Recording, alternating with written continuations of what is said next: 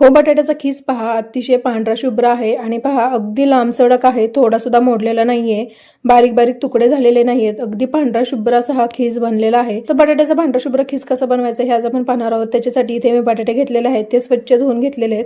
आता त्याच्या साली काढून घेते। बटाट्याच्या साली काढून घेतल्यानंतर मी बटाटे पुन्हा एकदा स्वच्छ धुवून घेतलेले आहेत आणि हे बटाटे पाण्यामध्ये ठेवलेले आहेत। आता हे आपल्याला खिसून घ्यायचे। तर इथे एक मी मोठी परत घेतली, त्याच्यामध्ये थोडंसं पाणी घेतलेलं आहे।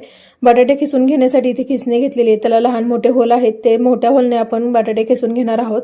आणि बटाटे खिसताना उभे खिसून घ्यायचे, आडवे खिसायचे नाहीत। पहा अशा प्रकारे असं खिसल्यामुळे बटाट्याचा खीस जो आहे तो छान लांबसडक पडतो। तुम्ही पाहू शकता अगदी छान लांबसडक असा खीस पडलेला आहे। इथे मी सगळे बटाटे खिसून घेतलेले आहेत, पाण्यामध्ये स्वच्छ असे धुवून घ्यायचे।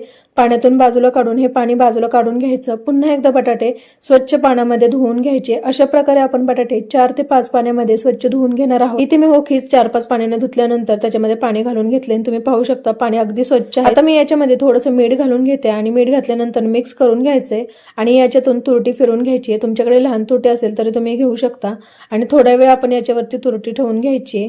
5 मिनिटांनंतर मी तुरटी बाजूला काढते। इथे मी एका मोठ्या भांड्यामध्ये भरपूर असं पाणी गरम होण्यासाठी ठेवलंय। पाणी गरम झाल्यानंतर याच्यामध्ये बारीक मीठ घालून घ्यायचंय।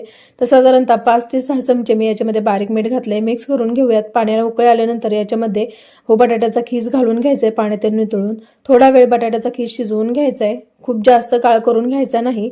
बटाट्याचा खीस शिजल्यानंतर तो मी असं झाऱ्यामध्ये काढून घेतलेला आहे आणि पुन्हा एकदा पुरणाच्या चाळणीमध्ये ठेवलेला आहे। आता हो जो खीस आहे त्याच्यातील पाणी नितळल्यानंतर सुकत घालायचा आहे।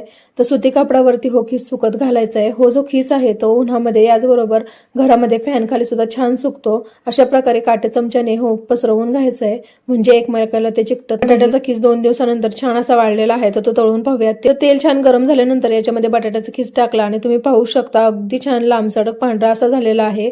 चला, तर व्हिडिओ आवडल्यास लाईक, शेअर आणि सबस्क्राईब करा। धन्यवाद।